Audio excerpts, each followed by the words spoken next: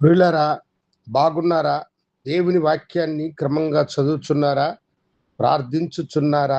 నేటి ధ్యాన వాక్యము 119వ కీర్తన 49వ వచనం. నీ సేవకునికి దయచేయబడిన మాట జ్ఞాపకము చేసుకొనుము, దాని వలన నీవు నాకు నిరీక్షణ పుట్టించున్నావు.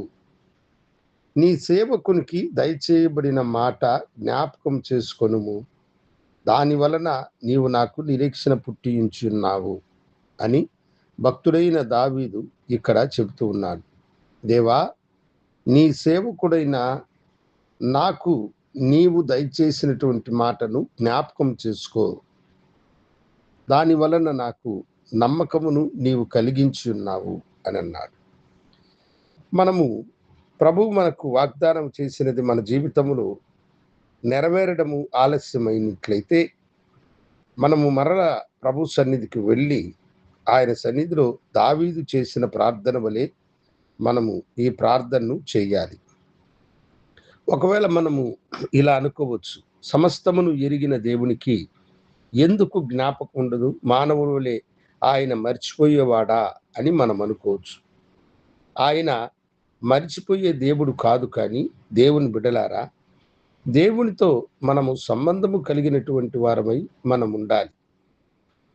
ప్రభుత్వ అధికారులకి ఏదైనా మనము ఒక పని విషయమై అర్జీ పెట్టుకున్నామంటే, నేను అర్జీ పెట్టినానులే, దాని పని అదే జరుగుతుంది అని అనుకుంటామా? కొన్నిసార్లు ఆ కార్యము ఆలస్యమైనప్పుడు సంబంధిత అధికారి దగ్గరకు వెళ్ళి మనము మరలా జ్ఞాపకం చేస్తాము కదా. అలాగనే ప్రభుతో మనము ఎల్లప్పుడూ సంబంధము కలిగిన వారమై ఉండాలి. అందుకనే ఈ మాట ఇక్కడ భక్తుడు చెప్తున్నాడు, ప్రభువా, నీవు నాకు ఇచ్చిన మాటను జ్ఞాపకం చేసుకొనుము అని. ఆ దయగలిగిన తండ్రితో మనము అనుదినము ప్రార్థన చేస్తూ ఆయన మనకిచ్చిన వాగ్దాన విషయములు ఒకవేళ ఆయన ఆలస్యము చేస్తే ఆయనకు మనము జ్ఞాపకం చేసుకోవాలి. ప్రభువు ప్రజలు తనను విసుకక ప్రార్థించాలన్నటువంటి మాటను గురించి లూకాసు వార్తలు చెబుతూ అన్యాయస్తుడైన ఒక న్యాయాధిపతి ఉపమానము చెప్పినాడు.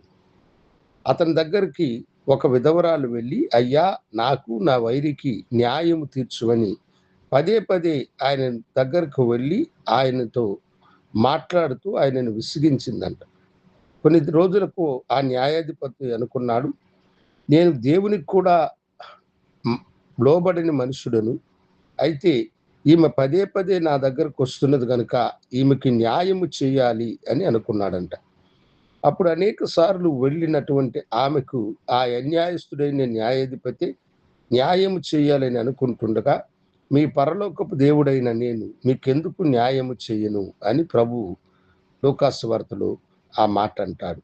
కనుక ప్రభునందు ప్రియమైన దేవుని బిడ్డలారా, దేవుడు మీకు ఇచ్చిన వాగ్దానం ఆలస్యమైతే మరలా ప్రభు సన్నిధిలో ఒకసారి మీరు జ్ఞాపకం చేసి అడిగినట్లయితే ప్రభు మాట మీకు నమ్మకమును కలిగించి ఆ వాగ్దానమును ఆయనే నెరవేర్చి మిమ్మలను ఆశీర్వదించును.